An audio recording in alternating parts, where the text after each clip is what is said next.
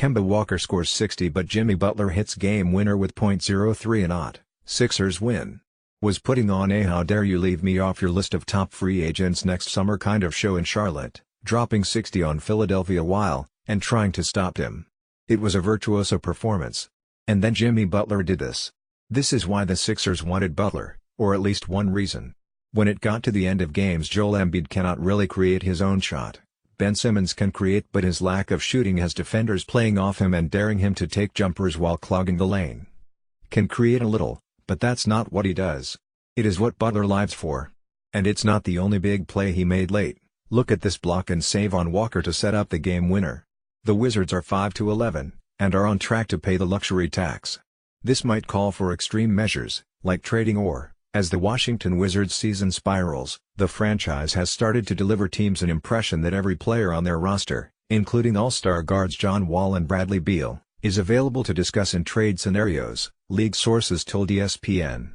Washington's preference remains to reshape the team around Wall and Beal, but poor play among key teammates is limiting their trade value and paralyzing the Wizards' efforts to make meaningful changes to a roster that no longer appears functional together, league sources said.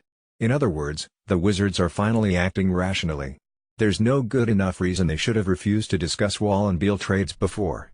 That doesn't mean Washington should have traded Wall or Beal. They're good players, and the inertia of NBA trades discussions would have made a trade unlikely. For the same reason, trading those stars now remains unlikely. But what was the advantage of not even considering trading those two? Maybe the Wizards would have gotten an offer so good, they would have taken it. There's almost no downside to discussing trades, especially after setting a tone to players that trade talks are inevitable and not a reflection of a player's importance to the franchise. But, under Ernie Grunfeld, Washington has been far more reactionary to proactive. Considering dealing Wall or Beal now, when every Wizards trade value has sunk due to the team's collective stink, is too typical of this stale regime. Wall's value is extremely low relative to his star status. His Supermax extension kicks in next year and pays him through age 32. That is a terrifyingly large contract for someone who already appears to be slowing down. Trading for Wall now could trigger a that gives him a big raise this season, too. Beal remains an elite trade chip. He's just 25 and locked in the following 2 seasons at a reasonable $27,922,396 per year. But he hasn't looked as sharp on the court this season, lowering his value. Washington's other planned top players, have also underwhelmed. Porter is on an unappealing max contract, and Duber is headed toward restricted free agency next summer. There's only moderate reason to trade for either now. So, dealing Wall or Beal could be the Wizards' way out of their jam. Or a way into an even bigger jam.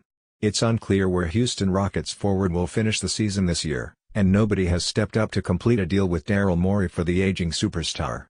The most logical place for Anthony to land appears to be the Los Angeles Lakers, a team of former stars now lumped around. But the Lakers haven't seemed eager to do so, nor has anyone else.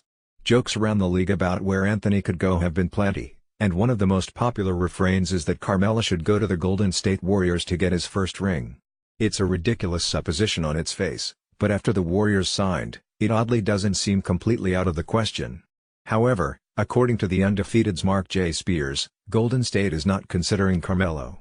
Via, Golden State Warriors forward believes there is an NBA team out there for his old USA basketball teammate that will be a better fit. Anthony previously turned down the Miami Heat and also the Portland Trail Blazers twice, sources said. As for Green's Warriors, a source said the 2-time defending champs have no interest despite having a roster spot open. Of course, he can still play in this league, Green said. There is no doubt in my mind. He's still Melo. I honestly don't know where a good basketball fit for Carmelo is anymore, largely because of his attitude about himself. It's not clear that Carmelo can be the type of player he used to be on offense, and defense is sort of out of the question. While he did take to shooting more three-pointers with the Rockets this season, he needs to go into full mode in order to stay on an NBA floor. That seems unlikely moving forward. All this leaves us with the same question: if Golden State isn't interested in Anthony, who is? We'll just have to wait and see. Look, the NBA city jerseys are not good. Most of them are gray, which is the most boring trend in uniform design in any of the 4 major sports over the last decade or so. A bunch more are just straight up ugly, or run on motifs that make sense contextually but don't push the right buttons aesthetically. But the Brooklyn Nets jerseys? Those are beautiful. On Saturday the Nets debuted their city jerseys, inspired by Brooklyn native Biggie Smalls, and published an incredible hype video that featured several players and locations around the borough. Via Twitter, the coloring on the jersey is Coogie-inspired. Coogie is a fashion brand known for similar patterns, which Biggie was fond of wearing both in music videos and on stage. What do you think? Is this Nets jersey the best city uniform? Each night in the NBA there is a lot of action, a lot to unpack. Which is why every weekday morning during the NBA season we bring you 3 things you need to know out of the night before, to keep you up on all the big happenings around the NBA. This is not serious illness the Warriors have come down with, it's just a little fall cold.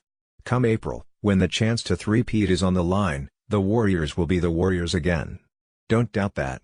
But right now, the Warriors are scuffling. Is out with a strained groin. Is out with an injured toe. In his last 5 quarters of play, has shot 9 of 32, 28.1%, and he picked up a technical Sunday chirping at officials. He just is off his game and seems to be unfocused. Insert your speculation about the Green situation here. In his last 2 games is shooting 40%.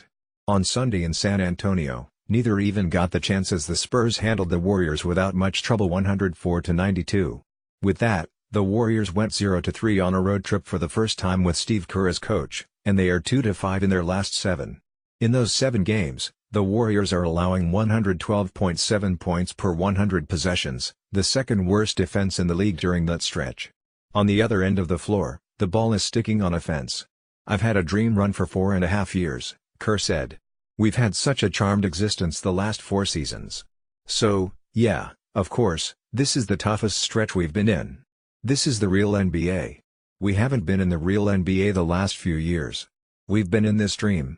So now we're faced with real adversity. We've got to get out of it ourselves. The Warriors' nightmare week Monday, loss vs Clippers, Draymond blow-up Tuesday, Draymond suspension, narrow win over Hawks Wednesday, Curry announced out 10 more days Thursday, loss vs Rockets Friday, Draymond out with toe sprain Saturday, loss vs Mavs Sunday, loss vs Spurs. Anthony Slater, at Anthony Slater, how do they change this around? Get healthy. Curry was playing back closer to his MVP level before the groin injury, just putting him back in the lineup will spark the offense and the team. Green's return will help the defense. Durant and Thompson will find their shot at some point.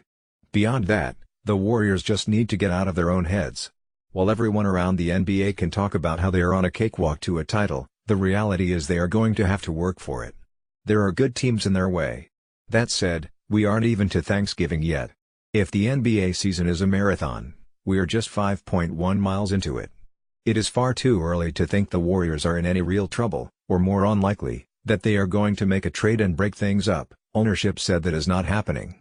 The Warriors will be the Warriors again when it matters.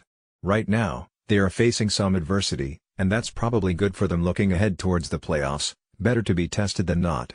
Last Wednesday night on national television, LeBron James had one of those just reminding you I am the best player on the planet games, dropping 44 on the Timberwolves, and the Lakers looked the best they have all season in a win. Saturday night, LeBron had a pedestrian 22 and did not dominate the game the same way, and the Lakers lost to the Orlando Magic. Sunday LeBron was back to his dominant ways, dropping 51 on his old team in Miami, getting Los Angeles another win. Looking at the splits, 2 things happen in the Lakers' wins. First, he is a more efficient shooter. For example, he shoots 32.5% from 3 in Laker losses, but 44.6% in victories. Or, his true shooting percentage jumps from a good 58 in losses to an insane 64.8 in wins. The second big change is his defense, and the team defense is more dialed in for Laker wins. LeBron's defensive rating is 115.6 in losses, and is 101.8% in wins. It's not just LeBron that has keyed the Lakers' improved play of late, much of that comes from better team defense overall. But he is the catalyst of the offense, and when LeBron dials it up the Lakers dangerous. When Jennifer Hudson throws a shoe, her shoe, someone else's shoe, any shoe she can find, on The Voice, it's a sign of respect. A compliment. That is not how it came off when Josh Richardson threw a shoe into the crowd Sunday. Richardson, who is having a breakout season in Miami, was frustrated.